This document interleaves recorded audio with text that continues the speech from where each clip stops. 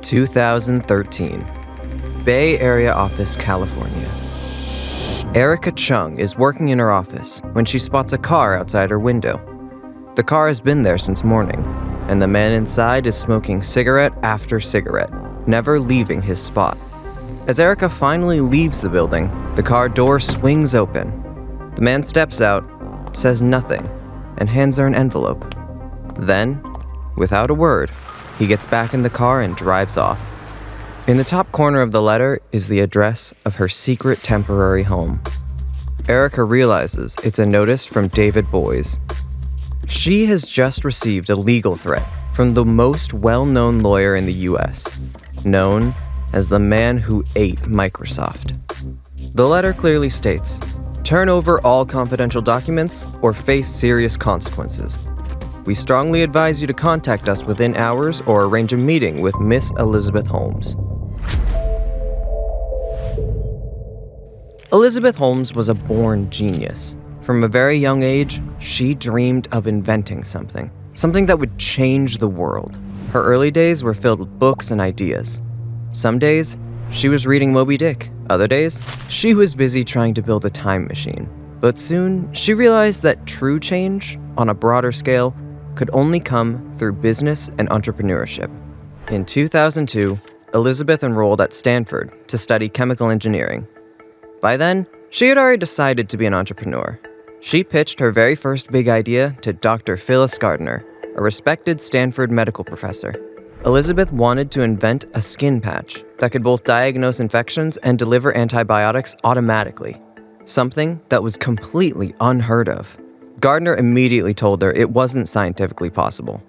The technology just didn't exist. But Elizabeth wasn't willing to give up. She was a 19-year-old. She never thought she had any limits. She came back twice, I think. And I try to help students, but I just felt, I can't help you. You're not listening. Holmes then approached Dr. Channing Robertson, another Stanford professor. The idea still wasn't scientifically sound, but Robertson saw something extraordinary in Elizabeth. He compared her vision with figures like Steve Jobs, Beethoven, and Archimedes. He was so convinced that he left his tenured position at Stanford to back her, becoming her first board member. Robertson's endorsement gave Holmes instant credibility. His reputation lent her legitimacy she could not have earned on her own, and his influence helped attract other prominent figures to her orbit. By 2003, barely a year into Stanford, Holmes had already launched her first startup, Real-Time Cures. Soon after, she dropped out entirely, determined to build a technology that could revolutionize the early detection of diseases in healthcare.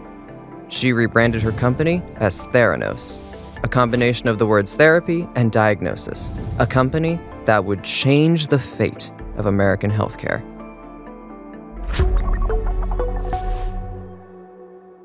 I grew up spending summers and the holidays with my uncle. I remember how much he loved the beach. I remember how much I loved him. He was diagnosed one day with skin cancer, and I never got to say goodbye. Elizabeth knew the power of a story. She attached personal tragedy to frame her mission, but it wasn't just storytelling. Elizabeth also borrowed the persona of greatness itself. She idolized Steve Jobs, and more importantly, she wanted to become him. She wore the same black turtleneck every day to eliminate unproductive decisions. She worked endless hours in the office, often eating and sleeping there, casting herself as the next great visionary entrepreneur of America. In every possible way, she presented herself as the next Steve Jobs. And to investors, especially those without medical or scientific backgrounds, that mattered. For them, backing Theranos wasn't just a financial bet. It was a chance to participate in something noble, something that allowed them to be part of a new revolution in American healthcare. That's why some of the most powerful figures in America started investing in Theranos. George Shultz, Henry Kissinger, and James Mattis not only invested in her company, but also openly endorsed Elizabeth as a once-in-a-generation inventor who would reshape the future of American healthcare. Elizabeth told everyone that she hated the idea of traditional phlebotomy, where they sucked out blood from someone's vein. And that's why she has invented a better solution. And we've made it possible to eliminate the tubes and tubes of blood that traditionally have to be drawn from an arm and replaced it with the nanotainer. With the nanotainer, Theranos promised to replace venipuncture with a simple finger prick. And with just a few drops of blood, they claimed they could run hundreds of tests. But Elizabeth wasn't just changing how blood was collected. She wanted to transform how it was tested. In traditional labs, each test required different machines and technicians. Elizabeth promised to shrink the entire process into a single device, one that could fit on a desktop printer. She called it Edison, after the legendary inventor Thomas Edison. But Edison himself had a complicated legacy. In 1878, the New York Sun published a bold claim. Edison had solved the mystery of the light bulb, but it wasn't true. His filaments kept melting. When reporters asked for proof, he bribed them with stock in his company. For years, he made the world believe his invention was ready, until finally, he solved the problem and finally patented it. In many ways, Edison pioneered what Silicon Valley calls the art of fake it till you make it. But he wasn't the last one to use it. By 2014, Theranos was valued at $9 billion. Elizabeth Holmes was on the covers of major magazines. Every journalist wanted to interview her. Every tech conference wanted her on stage. And she was being hailed as the female Steve Jobs in Silicon Valley. Basically never heard of Elizabeth Holmes until we did this in June. This CEO is out for blood. Elizabeth never explained the science. She avoided technical questions to protect confidentiality, and her investors, many of whom lacked scientific background, never pressed her for details. But one person inside the company did. Tyler Shultz, the grandson of former Secretary of State George Shultz, joined Theranos to create history. But his excitement didn't last long. Tyler started seeing test results that didn't match reality. He noticed that patients were receiving inaccurate reports. Some were told they had serious diseases when they were perfectly healthy. Others were told that they were fine when they weren't. And then we ran samples that were known to be positive for syphilis, and the first time we did that, we only got 65% correct. So we said, okay, that's not good, let's try that again, and then we got 80% correct. So, Tyler clearly knew that Edison was failing and Theranos was risking patients' lives. When he tried to raise these concerns, managers warned him to stop asking questions. They called him arrogant. And one even said, "The only reason I have taken so much time away from work to address this personally is because you're Mr. Schultz's grandson." So Tyler resigned. But he wasn't alone. Erica Chung, another young scientist, made the same discoveries. She realized Edison's results were unreliable.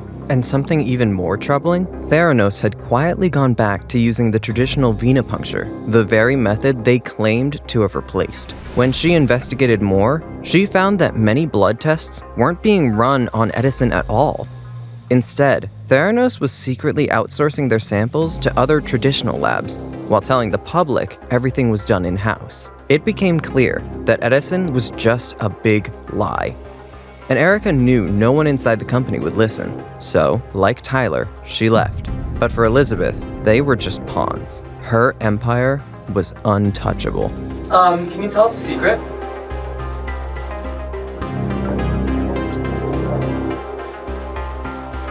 I don't have many secrets.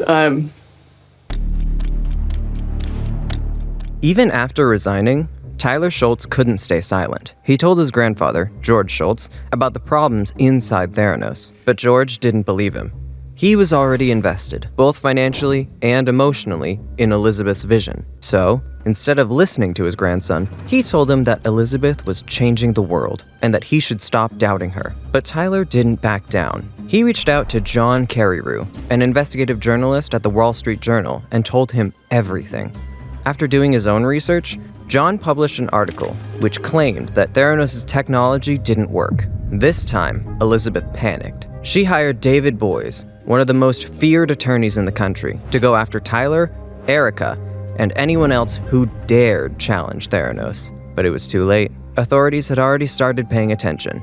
Elizabeth tried to go public to control the situation by reassuring everyone the technology was real, but it didn't help.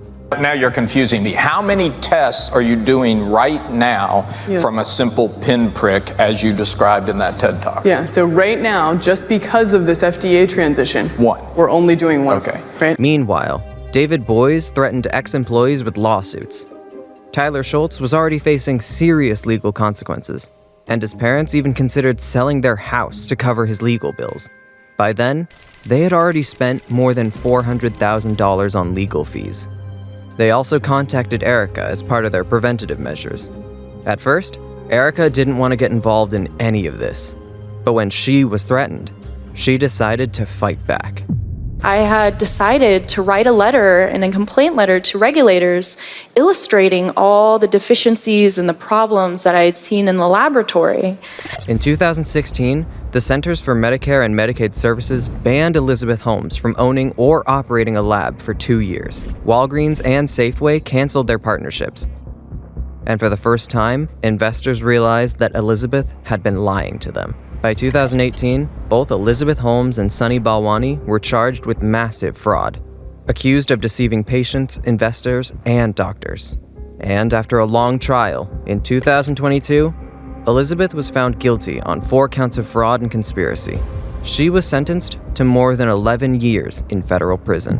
The woman, once hailed as the next Steve Jobs, was never a visionary. She was just a great storyteller. She never invented anything, but she never believed that being fake was a sin.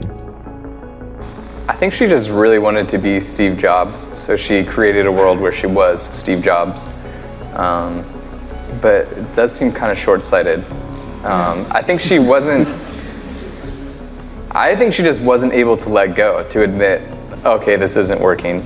I just think she was just not capable of doing that. Elizabeth Holmes faked an invention, but one man faked a bank to raise billions. Watch our previous video to see how Alan Stanford built a $7 billion empire of lies.